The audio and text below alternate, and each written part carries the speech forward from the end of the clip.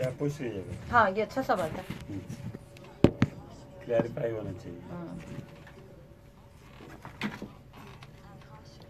History भी तो है ना हमारी, चीजें हिस्ट्री तो घुमा दी है बहुत सारी चीजें। नहीं, ये किताबों में नहीं हिस्ट्री घुमा दी है। है। ये असल में बात ये है कि अगर ऐसा होता तो फातिमा जिन्ना कहती, अगर ऐसा होता तो और भी लोग कहते, और ऐसा होता तो कायद-ए-आज़म जिन्ना कहते कि मैं यहाँ पर पैदा हुआ था, मैं आपके एक शहर में खिताब कर रहा हूँ कि खुशकिस्मती से मैं इसी शहर में पैदा हुआ। तो जब आप खुद कहें या माँ खुद कहे या बहन खुद कहे तो फिर कुछ कोई बात होती है रिसर्च में। सही कह रहे हैं। एक्चुअली वो वहाँ पे वो एक बिजनेस सेंटर था, वहाँ पे उनका एक घर था, वहाँ कभी कभी जाते थे। जब उनके यहाँ ये कायदे पैदा हुए तो उनके वालिद साहब उनको लेकर वहाँ चले गए और वहाँ जाके उन्होंने कुछ अरसे क़याम किया और मिठाई भी बंटवाई। तो लोग ये समझे कि कायदे यहीं पैदा हुए। हाँ चलें, क्लियर हो जाए जरा लोगों हाँ। के जहन में कुछ। लोगों के जहन में आता है कि ये झिरक में, क्योंकि वो ज़ाहिर है एक बिल्कुल नौज़ायदा बच्चा अगर उसे वो खुशी मनाने के लिए वहाँ ले जाए पैदाइश के बाद और उसके बाद कुछ अरसा क़याम करे और मिठाई भी बंटवा दे, तो लोग तो यही समझेंगे बेचारे के कायदे-ए-आज़म के यहाँ यहीं, क्योंकि वो अक्सर जाके वहाँ रहा करते थे। मैं अभी भी एक इशू पे चल रहा हूँ, प्याज पे, बहुत हॉट इशू। उसी पे बात करूंगी मैं, तो दिल जले हुए उसी पे। मेरे साथ तो भी रास्ते भर में यही क्वेश्चंस होते हुए आ रहे हैं। मैं तो खुद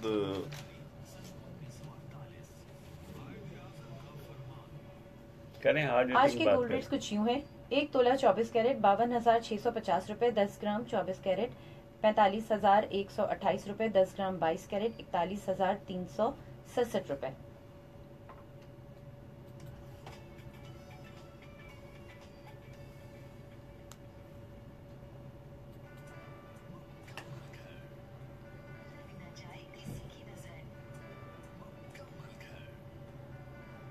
कराची और इस्लामाबाद में आप सुन रहे हैं अपना एफएम नेटवर्क की आवाज़। मुकम्मल घर में शगुफ्ता यास्मीन आपके साथ। मेरे साथ यहाँ पर आसिफ अंसारी साहब मौजूद हैं जो कि former executive program manager PTV रह चुके हैं और कायद-ए-आज़म के हवाले से 100 से ज़ायद डॉक्यूमेंट्रीज भी बना चुके हैं। इनसे तो बातचीत का सिलसिला जारी है क्योंकि आज का मौजू ही कुछ ऐसा है कि कायद-ए-आज़म के हवाले से इनसे जितनी भी बात करें हम कम है। बहुत अच्छे सवालात भी आए हुए हैं। शकील बेग साहब भी यहाँ पर मौजूद हैं, consumer rights protection council of Pakistan से। और पहला सवाल जरा शकील साहब फ्रेश आए ना, और जब पाकिस्तान बना था तब के पैसे और अब के पैसों में तो आसमान जमीन का फर्क आ चुका है।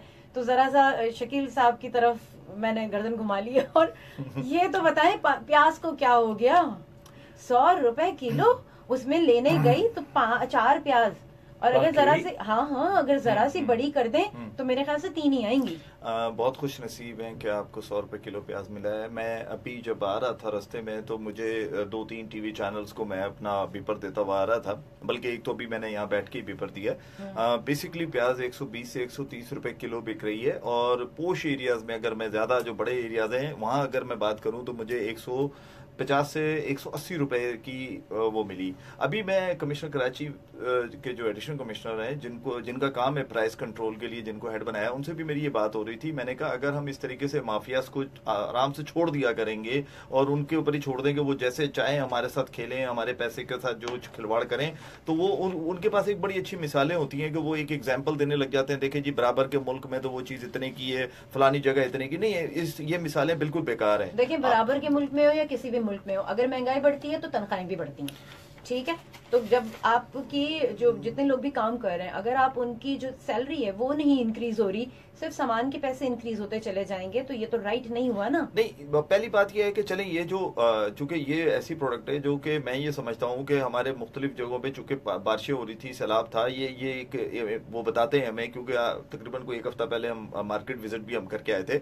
तो उनका ये कहना था कि देखिए प्याज अचानक मसले में आ रहा है। ये मिसालें हमें जो मैंने अभी आपको बताया वो दे रहे, लेकिन मैं ये कहता हूँ कि अभी चलें क्रैकडाउन करें। मैं गारंटी से कहता हूँ हजारों बोरियां जो स्टॉक की हुई हैं मैं लेके चलता हूँ, मैं बताता हूँ कहाँ पड़ी हुई है, मेरे साथ मार्केट में चले, मैं बताता हूँ कहाँ पड़ी हुई है। बात यह है कि इसके लिए तो अथॉरिटी को काम करना पड़ेगा ना। अगर कमिश्नर कराची की अथॉरिटी जो है वो उनका मजिस्ट्रेट जो उस एरिया में ईस्ट का रहता है, उसको चाहिए कि वो जाके फौरी तौर पर मार्केट में बात करे, क्रैकडाउन करे, और क्रैकडाउन के बगैर ये प्राइस नीचे नहीं आएगी। मैं आपको ये बता दूं कि हम टमाटर के लिए तो हमेशा सार्फिन से रिक्वेस्ट कर देते हैं कि जी आप सब्स्टिट्यूट दही का इस्तेमाल कर लें। अब मैं प्याज के लिए क्या सब्स्टिट्यूट ढूंढूं? नहीं, मेरा क्वेश्चन देखे, मैं खुद इस टाइम दिल जलाऊं क्योंकि मैं कंज्यूमर हूं ना, मैं भी। तो मुझे बताया ना कि किस तरीके से कंज्यूमर सर्वाइव करेगा। आप उसको प्याज अगर इतनी महंगी देंगे, वो कैसे अपने घर में खाना पकाएगा? और गरीब आदमी मुझे बताएं, चलो 100 रुपए भी कहीं, और वो भी 100 रुपए में आपको, जैसे आपने कहा ना, अगर बड़ी वाली होती तो शायद वो दो या तीन आती। अब अच्छा प्याज जो होता है वो मीडियम साइज का होता है, वो मीडियम साइज का प्याज 120 रुपए किलो कर दिया इन्होंने, और जो छोटा प्याज है उसको 100 रुपए किलो कर दिया है। और फिर मेरा इसमें एक और भी सवाल था कि जो मैं इंशाल्लाह अभी यहाँ से आपके पास से उठने के बाद सीधा कमिश्नर हाउस ही जा रहा हूँ इसी सिलसिले में, कि मुझे आप एक बात बता दें कि ईद तो गुजर गई, ईद में तो जो आपने महंगाई का जो करना होता है, जो कि हमारे यहाँ हर त्यौहार में कर दिया जाता है, जुल्म ढाया जाता है कि जो भी त्यौहार हो, आज कायद आजम की हम बरसी बना रहे हैं, मुझे आप बता देना कि हमने कायद आजम रहमतुल्लाह अलैह की कोई एक बात मानी? सनतकारों ने, अगर हम बात करें तो सनतकार क्या करते रहे, ताजर क्या करते हैं? मकसद महंगाई के अलावा तो कोई काम किसी को नहीं आता, और इतना आसान काम है महंगाई करना कि जी देखे पीछे से नहीं आ रहा। ओ भाई, ये पीछे वाला मामला अचानक क्यों हो जाता है ऐसा?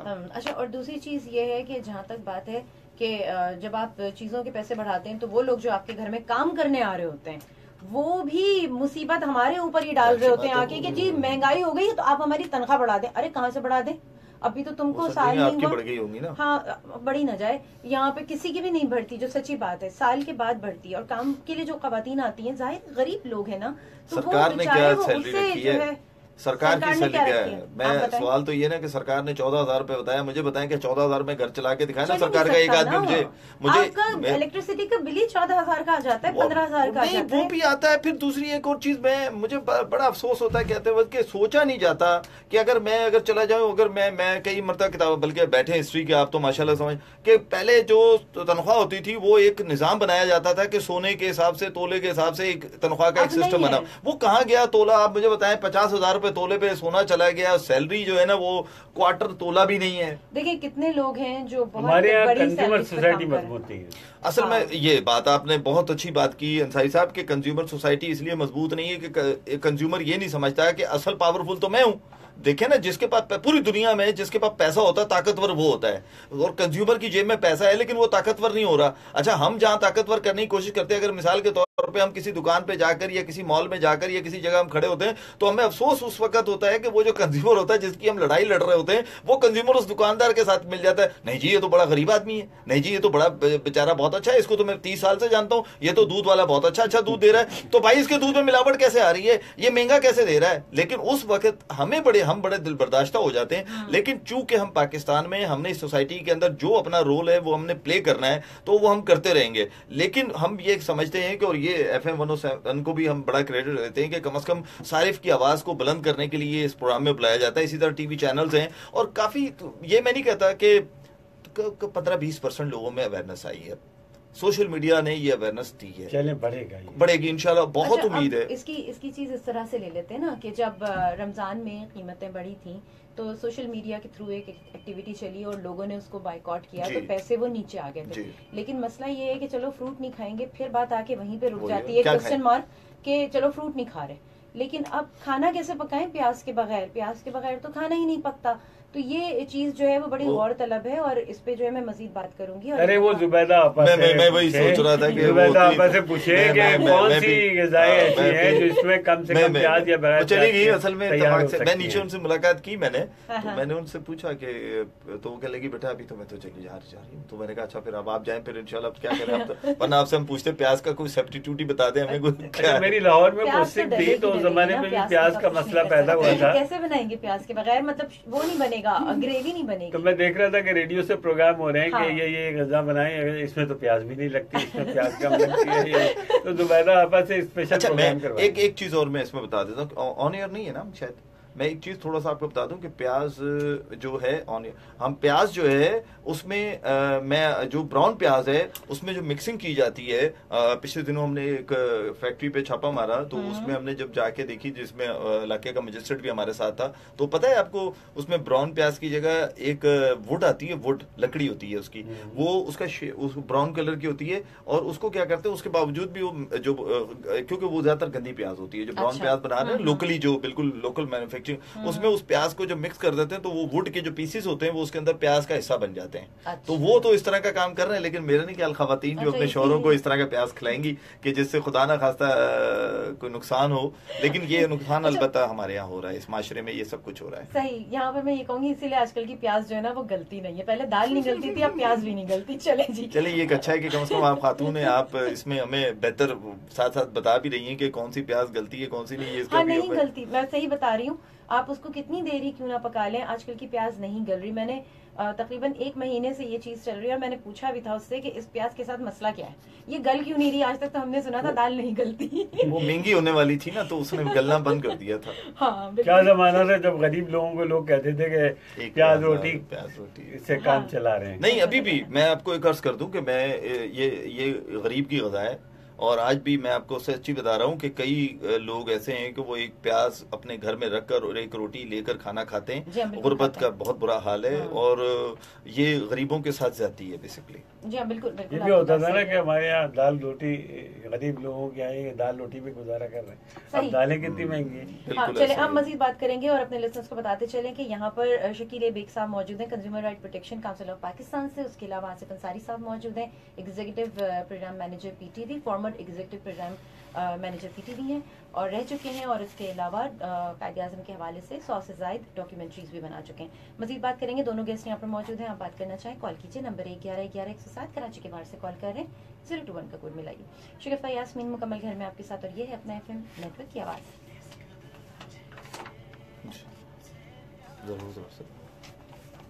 नहीं, अब हम निकल गए हैं? मैं समझा जो हम हंसी मजाक कर रहे हैं, मैंने कहा हम लाइव नहीं है। चले अच्छा था वो नहीं, लेकिन बड़ा जबरदस्त हो गया था। मैं कह रहा हूँ कि नहीं, शगुफ्ता की ना एक अच्छी बात है, शगुफ्ता की ना खवातीन वाले मामले में पता नहीं कितनी नॉलेज है। वरना खवातीन कोई नहीं होती जो बाहर लाइफ चला रही है। उनको तो मैं एक प्रोग्राम में बैठा हुआ था, शर्मिला फारूकी, हम सब थे। शर्मिला फारूकी ने ना, हालांकि मैं उसको बोल भी रहा हूँ, शर्मिला मत टांग अड़ाओ, तुम्हें नहीं मालूम इस बात में, मतलब होता है चीजों का नहीं प्राइस का पता होता ना। लेकिन आप हमारे सियासी लोगों को नहीं प्राइस का पता होता, ये एक बड़ी अलमिया है। शर्मिला को वो मर्ज है कि हर चीज में वो बोलती है। अब बोलिए। नहीं, फिर अब लीकेज नहीं है। मेरा मकसद है कि नहीं हम इधर भी चल रहा था, मेरा मकसद ये क्या। वालेकुम सलाम शगुफ्ता जी, गुफ्तगू बहुत खूबसूरत हो रही है तो इसलिए मैंने आना जरूरी समझा। एक तो आसिफ साहब से है बात करनी है कि इतना कुछ वो बता रहे हैं तो जरा कुछ ऐसा थीम कह के जाएं जो हम अपनी लाइफ स्टाइल में शामिल कर लें, ताकि दुरुस्त हालात कुछ पाकिस्तान के कर लें, वो जरूर बता के जाए आज। और आज मैं शकील बेग साहब से कहना चाहूंगी, सुन रहे हो आवाज मेरी? तुम भी सुन रही हो? बात ये है कि सिर्फ एक बोलने से कुछ नहीं बनेगा, ये अपना गला बिठा लेंगे, लेकिन बात यहाँ सिस्टम की है। सिस्टम सही हो जाए सब कुछ सही हो जाएगा शुरू से आखिर तक। और दूसरे ये कि जिसके हक की खातिर ये लड़ रहे हैं, मैंने ये देखा है कि वो ही अपने हक को समझता नहीं। अब ये कंज्यूमर के लिए लड़ रहे हैं कि भाई इतने की चीज इतने की, तो उसी टाइम दूसरा कंज्यूमर आता है और अपनी जेब से पैसे निकाल के तो जायद कीमत में वो चीज खरीद लेता है। बिल्कुल सही कहा। तो यहाँ से ये सिस्टम खराब हो रहा है, जब हक लेने वाला ही नहीं समझेगा, यानी दूसरे गरीब को भी नहीं लेने देगा। अब अगर ये प्याज इतनी महंगी की है तो शुक्र करे हकीम लुकमान ये नहीं बता गए कि भी क्या क्या फायदे, नहीं तो सोने से भी महंगी मिलती। चलिए, तो बहुत शुक्रिया। बेहतरीन शुक्रिया। इसका बेहतरीन हल ये है कि अगर इस मार्केट को वो करना है तो जो कर सकते हैं अपने घर में प्याज के काश्त करें। मैंने खुद करती हूँ तो एक हफ्ते में निकल आती है प्याज। हरी प्याज तो आप आराम से इस्तेमाल कर सकते हैं। चलिए ठीक है, बहुत शुक्रिया, बहुत शुक्रिया, बहुत थैंक यू। और शकील भाई को कहिए कि लगे रहे, लेकिन जब तक सिस्टम नहीं सही होगा और कंज्यूमर साथ नहीं देगा, और ये इतने इलेक्ट्रिसिटी और गैस और ये सब जो हो रही, ये कौन जिम्मेदार है? कहाँ जाए इंसान और क्या करे? क्योंकि खामोशी इतनी ज्यादा बेहतर नहीं है, जब बोलना पड़े तो जरूर बोलना चाहिए। हमें जुल्म करने तो हद से बढ़ जाता है। चलिए, बहुत शुक्रिया, शुक्रिया। बहुत शुक्रिया। नहीं, काफी हद तक बात ठीक है। अच्छा, एक हम जैसे प्याज 2 लफ्जों में मुझे उनकी पूरी बात समझ आ गई थी। उन्होंने दूसरी कॉल में मेरी ड्रॉप करवा दी बोल के। एक ही बात को ना खींचती रहती है की तरह। कतील कोई उसका मुनाफिक नहीं कोई जो जुल्म तो सहता है, बगावत नहीं करता। हेलो जी, अस्सलाम वालेकुम। जी, सैफुल हुसैनी बात कर रहा हूँ। कौन बात कर रहे हैं सर? महफूज उर्सानी बात कर रहा हूँ, जनरल सेक्रेटरी जिंदाबाद एयरपोर्ट। बात कही ना कि जब आप कुछ करना चाहते हैं और हूँ या मैं आपसे बात कहूँ कुछ महल्ले के हमारे मसलों में कोई जी होता सर, है ना, बोलिए। तो कोई अगर मैं स्टेप लेता हूँ, मैं लाइए सब साइन करें, सबके सब घर में बैठ जाते हैं। मैंने कहा मैं आपकी तरफ से मैं पिटीशन दायर कर देता हूँ, सबके सब अंदर पीछे के यार वो हाँ वो यूँ गाड़ियाँ खड़ी कर देता है, वो कभी ऐसा ना हो पकड़ के मारे, ये वो फलाना करे। अच्छा, तुम तो शिकायत क्यों करते हो, खुद करो। ऐसे ही है, बिल्कुल ऐसे ही है, बिल्कुल ऐसे ही है। अच्छा,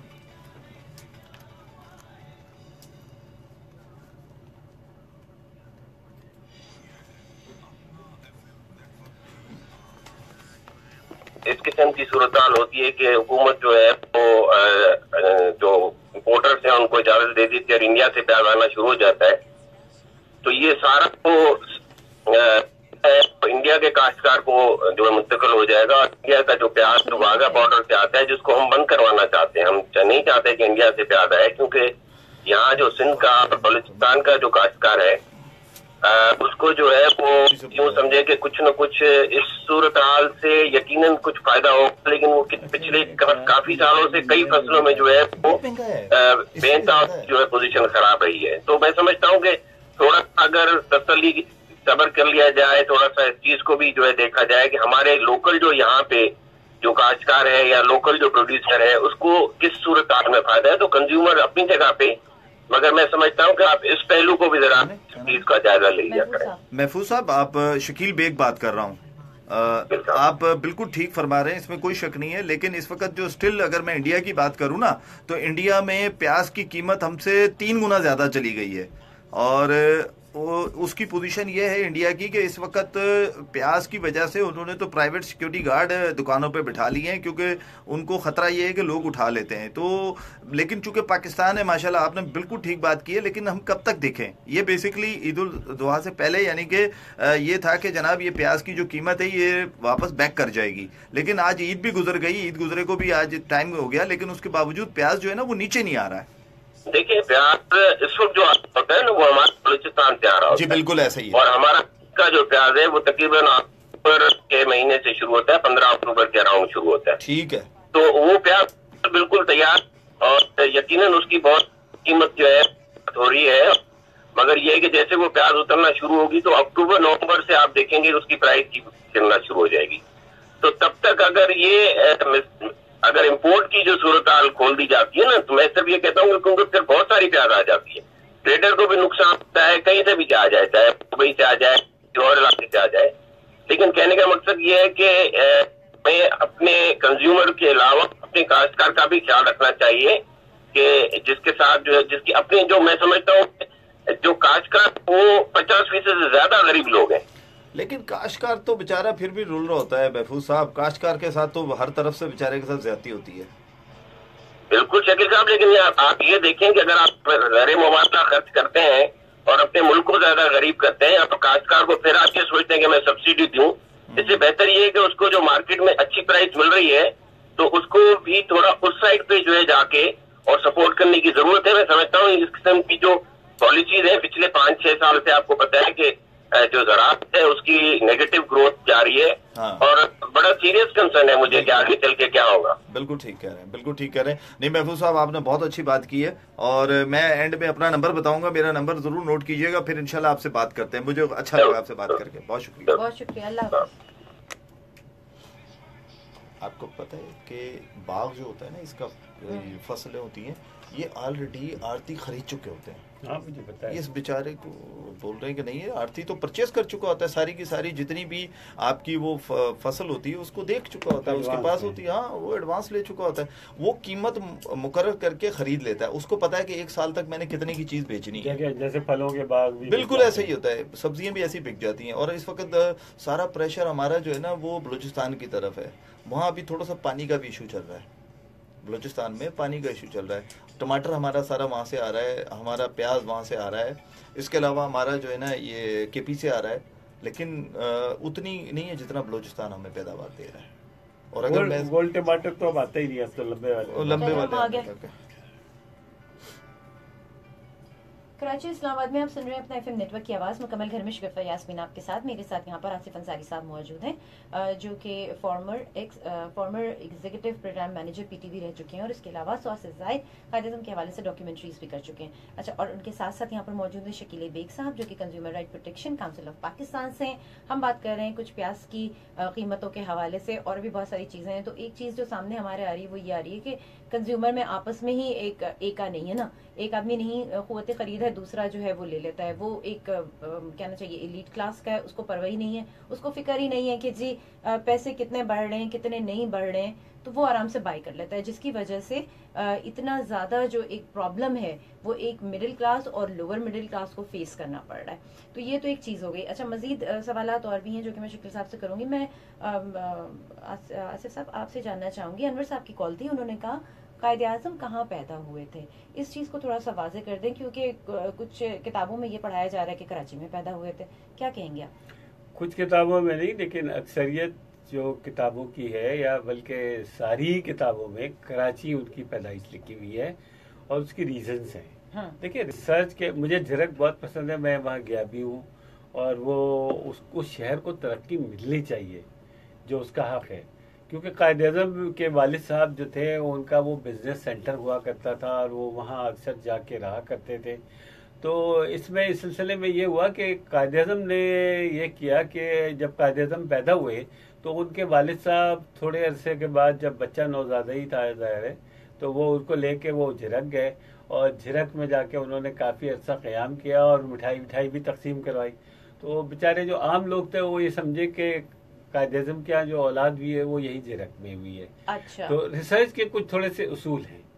अगर एक आदमी खुद कहे कि मैं कराची में पैदा हुआ और कराची की पैदाइश का कायद-ए-आज़म ने बारहा जिक्र किया है कि मतलब उन्होंने कई जगहों पे, कई मुस्तनद जगहों पे ये अपने आप को कहा कि मैं उस शहर में आपसे मुखातिब हूँ जहाँ मैं पैदा हुआ था। फिर उन्होंने पासपोर्ट में भी अपना कराची का नाम लिखा। अगर ऐसा होता तो फातिमा जिना जो थी वो भी इसका वो कर सकती थी, मादर मिल्लत फातिमा जिना जो थी वो भी वो कर सकती थी और बहुत सारे उनके अजीज और जो अकारिब थे वो इस बात को वो कर सकते थे।